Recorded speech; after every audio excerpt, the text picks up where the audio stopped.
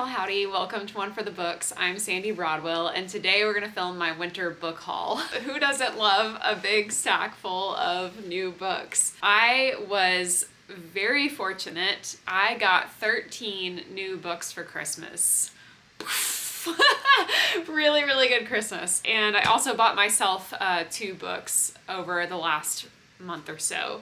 So I have 15 new books to show you today. Let me know down in the comments below if you got any new books for Christmas or any new books that you purchased for yourself over the winter that you're really excited about. I'd love to hear what is new on your shelves lately. Let's dive in.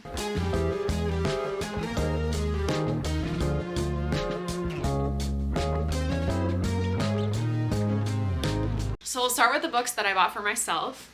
I have Dune Messiah by Frank Herbert. I just happened to see this while I was perusing a used indie bookstore in my town, and I have read the first Dune novel multiple times.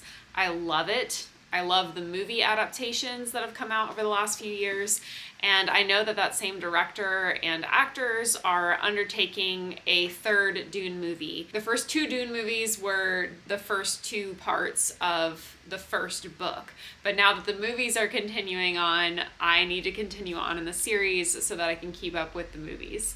So I'm very excited to check out Dune Messiah. I have heard the series continues to be really good and really engaging for the first several books before it takes a nosedive off into La La Land. So yes, definitely going to be undertaking Dune Messiah this year. And then the second book that I bought for myself over the last few months is book number 4 of Dungeon Crawler Carl, The Gate of the Feral Gods by Matt Denneman. I read the first 3 books last year. I absolutely love them, and I am chomping at the bit to dive into book 4. I'm hoping I will be able to pick that up as my very next read after I finish the book I'm currently reading. So if you're somehow unaware, Dungeon Crawler Carl is the story of an alien invasion that takes over Earth. All the remaining humans are forced into this dungeon crawler world where they are fighting to the death. They are participating in these really effed up games for survival, and they're pitted against each other and other sort of magical creatures in the dungeon. And Carl is our main character with his ex-girlfriend's cat, whose name is Princess Donut. Princess Donut is my favorite character of 2025. She is absolutely precious. I love them so much. I have so much fun with these books. So excited. Then, diving into the books that I hauled for Christmas, my brother, who I actually introduced to Dungeon Crawler Carl, got me the remaining 3 books in the series. So I now have The Butcher's Masquerade, The Eye of the Bedlam Bride, and This Inevitable Ruin. I'm so excited that I now own every book in this series, which is super duper exciting. I hope to be able to read all of these before the 8th book comes out in May or June this year. So I want to be caught up so I can be part of the new book hype for this series. The next book, the 8th book, is going to be called A Parade of Horribles, and the cover for that was just revealed. So this year is going to be a lot of Dungeon Crawler Carl. I'm stoked. And then my in-laws, my mother-in-law and stepfather-in-law, got me 10 books for Christmas this year. I am so lucky to have such amazing in-laws, such an amazing family that loves my love of books and helps to support my habit. So I am really excited that all of the books that my mother-in-law and father-in-law got me are books that I have read before and know that I love. I am working on building out my home library. My husband and I are going to build some big new bookshelves hopefully later this year, and I'm so excited to stock them up with books that I love. I love owning books and being able to loan them out to people who come to visit, and yeah, just having my own little personal library. So I'm going to be stamping these books also. I have a lovely little book stamp that my husband bought for me, and also a book press that my parents bought for me at some point previously. So I can't wait to stamp them all and actually put them up on my shelves.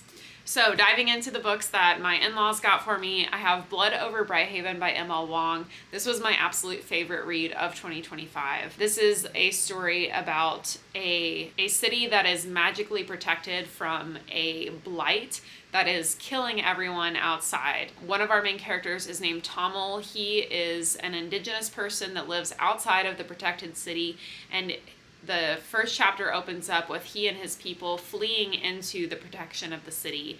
And once they get there, they find that their people are the oppressed underclass of this city. And so the opportunities that they have there are not great. Our other main character is Siona. She is a woman who was born in the city, and she has been fighting her whole life to become the first female high mage at this very prestigious academy. In the very first chapters, she achieves that, but she quickly realizes it's not everything that she dreamed it would be, and she still faces a lot of sexism and prejudice amongst her male colleagues. Every high mage is supposed to be assigned an assistant to help them with their magical research, but as a prank to basically be mean to Siona, her male colleagues assign her Tommel, who is the janitor, instead of a real mage who can assist her with her research. So she takes this in stride. She accepts Tommel as her assistant, and they dive into this research that she's been planning to do, and they quickly learn that the very essence of their magical system is quite evil, and the underpinnings of their whole society are wrong. And what she and he choose to do with that information is the basis of this book. It is very society upending. It deals a lot with privilege and racism, and this book absolutely gripped me from page one. If you haven't picked this up yet, you are missing out. Next is Caliban's War by James S.A. Corey. This is book 2 of The Expanse. I have book 1 here, and I asked my family to help me start collecting the rest of the books in the series, so I'm excited to now have 2 books from The Expanse. There are 8 books total, but I love The Expanse series by James S.A. Corey. If you've been on my channel for a while, you know I love the show that was adapted from these books, and I have 2 whole videos comparing the book and the show for season 1 and season 2, so I will link those down below if you're interested. But this is a fantastic sci-fi epic about first contact and inner solar system war, and it is full of political intrigue. It has found family. It is so epic, and it just gets bigger and bigger with every book. I really think if you are a sci-fi fan that is looking for something modern and explosive, this is the series for you. Next up, we have 2 books by Taylor Jenkins Reid. These were the first 2 books of hers that I read. I also just read Atmosphere in 2025, but I love all of these books. Seven Husbands of Evelyn Hugo is about a 1950s era Hollywood starlet who is absolutely beloved. She's sort of a Marilyn Monroe type of stand-in character, and it's about how she manipulates men in order to further her career. And she is an extremely morally gray or sometimes bad character, but you find yourself rooting for her regardless, and she's just so tenacious, and the choices that she makes are sometimes jaw-dropping. I love this book. I ate it up. The next one was Daisy Jones and the Six by Taylor Jenkins Reid. This book is very different. This is like a documentary style or interview style book where the 5 or 6 people who made up a famous rock band in the 1970s, sort of inspired by Fleetwood Mac, are being interviewed decades following the breakup of their band, cataloging kind of the rise and fall of this epic group of rock stars, obviously spearheaded by Daisy Jones. I think what makes this book so interesting is the really uniqueness of each of the band members and how they all remember these events slightly differently, and so you kind of have to piece together what actually happened by reading between the lines of these 6 different accounts of all of these events, and I just absolutely loved it. Next up is Project Hail Mary by Andy Weir, and this was a favorite book of mine a couple of years ago when it first came out. This is the story of a man named Ryland Grace, who was a middle school science teacher and wakes up one day on a spaceship. He is the only member of the crew that is still alive, and he has no memory of who he is or why he is on the spaceship to begin with. He is not an astronaut, and it just gets better and more interesting from there. Ryland has a very sort of sarcastic, witty sense of humor, similar to The Martian, also by Andy Weir. If you liked that book, I highly, highly recommend this book, but I think this has really, really wide appeal, and it is about trying to save the fate of humanity. And this is being adapted into a movie, I believe, that is coming out this year with Ryan Gosling. So I am hoping to reread this book right before the movie comes out, and potentially doing a comparison video of book versus movie. So I think that'll be really fun to revisit these characters. Next, we have one of my favorite horror books of all time, The Only Good Indians by Stephen Graham Jones. I haven't actually read that many horror books, but I love this one. I love it so much. I have a vlog where I was reading this when I was visiting Zion National Park a couple of years ago, and I just remember just being on the edge of my seat. This is the story of a group of Native American men who go on a hunting trip. I believe they're hunting some elk. It goes horribly wrong, and the elk spirit basically comes back to haunt them. It is so gripping and so good, and the writing is so gritty and delightful to dive into. This was my first book by Stephen Graham Jones and still remains my favorite. The next 3 books that I got for Christmas are the Greenbone Saga by Fonda Lee. This is Jade City, Jade War, and Jade Legacy. I love this series.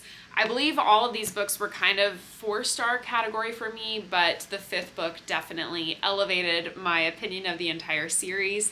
They have new covers now, which I think are so, so beautiful. I'm really excited about this new cover series that I think captures the essence of the books a lot better. This is basically a urban fantasy about mafia wars, if you want to call it that. It's inspired by sort of a fantasy equivalent Japan type nation, an island nation that is the only place on the world where jade exists. And jade is a magical stone that gives people enhanced abilities. Like people who wear jade become extra strong and extra fast and that sort of thing.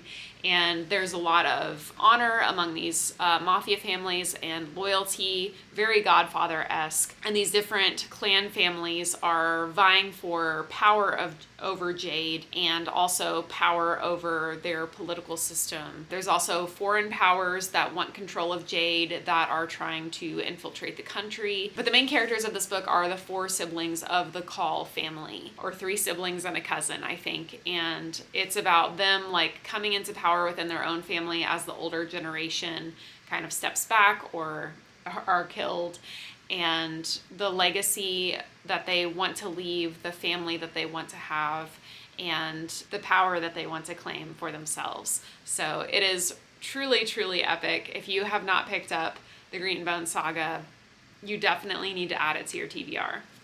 And the final book that I picked up this winter that I got for Christmas is Harrow the Ninth by Tamsin Muir. This is book 2 in the Locked Tomb series. There are 3 books out currently, starting with Gideon the Ninth. Harrow the Ninth was my favorite of the 3 books that are published so far and was in my top 5 books of 2025. I had so much fun reading this book. This is about lesbian necromancers in space, which I absolutely love. But the first book is very gothic, locked room sort of mystery. Harrow the Ninth takes this book in a completely different direction. In the first book, Gideon is the main character. Gideon is a swordswoman whose role is to protect her necromancer. Harrow is the necromancer, and in the first book, they're in this sort of gothic castle. They're competing to see who will be raised up to be the next lictor and serve their god. And so there are 9 different houses competing.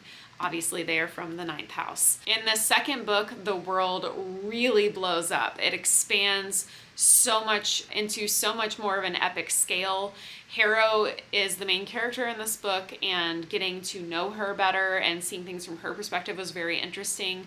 But also throughout this book, Harrow is remembering what happened in book 1, but she remembers it differently than what you read in book 1. And so the entire time you're reading this and learning more about the world and the crazy things that are going on, you're also trying to figure out why Harrow is misremembering the events that you just read in the previous book, and if something is actually different or if she's just losing her mind. And I just thought that this was such a fun premise for a book. It was so cool to read, and I know I will have an even better experience when I reread these books sometime in the future. So those are, well, let me see if I can lift them all up at once. This is going to be a task,